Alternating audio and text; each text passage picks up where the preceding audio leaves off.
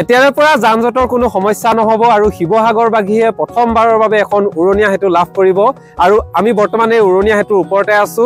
শিৱসাগৰ আৰু যোৰহাট সংযোগী এখন দলং আৰু দলঙৰ ওচৰতে যি জাজি, এই জাজিৰ যি তিনিআলি আছিলে, তিনিআলিৰ ওপৰতে বৰ্তমান সময়ত উৰণীয়া সেতু প্ৰায় সম্পূৰ্ণ হৈছে আৰু কেইদিনমানৰ পিছতে মুকলি কৰিব আৰু তাৰ পাছতেই ইয়াৰ যিসকল লোক যিহেতু পূৰ্বতে হাইৱে দি যাবলৈ বা জাজি হৈ এইদৰে আহোঁতে বা আমগুৰি হৈ আহোঁতে ইয়াত যথেষ্ট ভিৰ হৈছিলে, কিন্তু এই ভিৰ এতিয়া নোহোৱা হ'ব, যান-জঁট নোহোৱা হ'ব।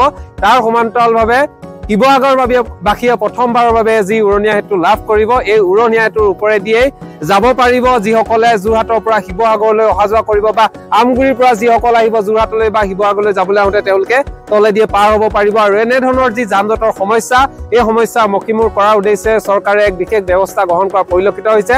আৰু য'ত এই যি অভাৰব্ৰিজ বা উৰণীয়া সেতু যিদৰে নিৰ্মাণ কৰা হ'ল, ফ্লাইঅভাৰ যিদৰে নিৰ্মাণ কৰা হ'ল আৰু এই ফ্লাইঅভাৰ প্ৰথমবাৰৰ বাবে শিৱসাগৰবাসীয়ে পাইছে। বিশেষকৈ মহানগৰবাসী বা অন্যান্য ঠাইৰ লোকসকলৰ কাৰণে এইটো বিশেষ গুৰুত্বপূৰ্ণ খবৰ নহ'লেও কিন্তু বৰ্তমান সময়ত যিহেতু শিৱসাগৰবাসীয়ে প্ৰথমবাৰৰ বাবে এখন ফ্লাইঅভাৰ বা উৰণীয়া সেতু লাভ কৰিছে আৰু এই উৰণীয়া সেতুৱে ইয়াত যিহেতু যান-জঁটৰ যথেষ্ট সমস্যা হৈছিলে, জাজিত যথেষ্ট সমস্যা হৈছিলে, আমগুৰিৰ পৰা অহা লোকসকল আৰু শিৱসাগৰৰ পৰা আহি থকা বা যোৰহাটৰ পৰা আহি থকা এই তিনিআলিটোত যি ধৰণৰ এটা সমস্যা হৈছিলে, বৰ্তমান সময়ত 4 লেন হোৱাৰ লগে লগে আৰু এই অভাৰব্ৰিজ বা ফ্লাইঅভাৰ হোৱাৰ লগে লগে উৰণীয়া সেতু হোৱাৰ লগে লগে এই সমস্যা সমাধান হ'ব।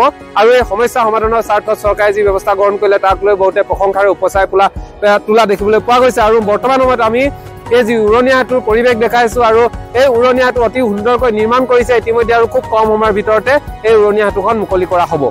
আমি জাজিবাসী হিচাপে অত্যন্ত গৌৰৱান্বিত, কিয়নো জাজিত এখন প্ৰথমবাৰৰ বাবে প্ৰথমখন শিৱসাগৰ জিলাৰ উৰণীয়া সেতু হিচাপে জাজিত স্থাপন হৈছে। আৰু এই উৰণীয়া সেতুখন স্থাপনৰ ফলত জাজিত সমগ্ৰ এক মনোৰম দৃশ্যত পৰিগণিত হৈছে।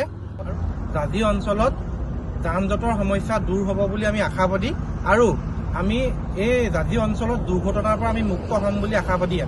ইতিমধ্যে পূৰ্ণাংগ অৱস্থাত খুব কম সময়ৰ ভিতৰতে পূৰ্ণাংগ অৱস্থালৈ গতি কৰিব এই যি উৰণীয়া সেতু আৰু কাম চলি আছে। আমি বৰ্তমান সময়ত ইয়াৰ পৰিৱেশ দেখাইছো আৰু কেইদিনমানৰ পাছতেই এই উৰণীয়া সেতুৰ ওপৰেদি সকলো লোক অহা যোৱা কৰিব পাৰিব, বাহনসমূহ যাব পাৰিব। আৰু যিসমূহ এতিয়া চাইড বাম, এই চাইড বামবোৰ দেখিছে, ইয়াত মাটি ফিল আপ কৰি তাৰ ওপৰত ইয়াত ঢেলাই দিয়া হ'ব আৰু এইদৰে সম্পূৰ্ণ কৰি তোলাৰ উদ্দেশ্যে বৰ্তমান সময়ত ইয়াৰ যি শ্ৰেষ্ঠা বা শ্ৰমিকসকলে কাম কৰি আছে। তাৰ সমান্তৰালভাৱে ফ্লাইঅভাৰৰ আপোনাৰ এইফালে দেখিছে আমগুৰিৰ পৰা জাজি সংযোগী এইটো পথ, আমগুৰিৰ পৰা আপোনালোকে ইয়াতে অভাৰটেক কৰি বা এই উৰণীয়া সেতুৰ তলেদি আপোনালোকে যোৰহাট বা শিৱসাগৰলৈ যাব পাৰিব। আৰু এনেধৰণৰ যি এটা পৰিৱেশ গঢ়ি তোলা হৈছে উৰণীয়া সেতু, যিহেতু আকৌ পুনৰবাৰ কৈছো মই, শিৱসাগৰবাসীয়ে প্ৰথমবাৰৰ বাবে যিখন উৰণীয়া সেতু লাভ কৰিছে আৰু এই উৰণীয়া সেতু ইতিমধ্যে জাজিত ইতিমধ্যে হৈছে আৰু খুব কম সময়ৰ ভিতৰতে এইখন মুকলি কৰা হ'ব আৰু তাৰ পাছতে আমাৰ যাতায়াতৰ ক্ষেত্ৰত সকলোৰে বাবে সুচল হৈ পৰিব।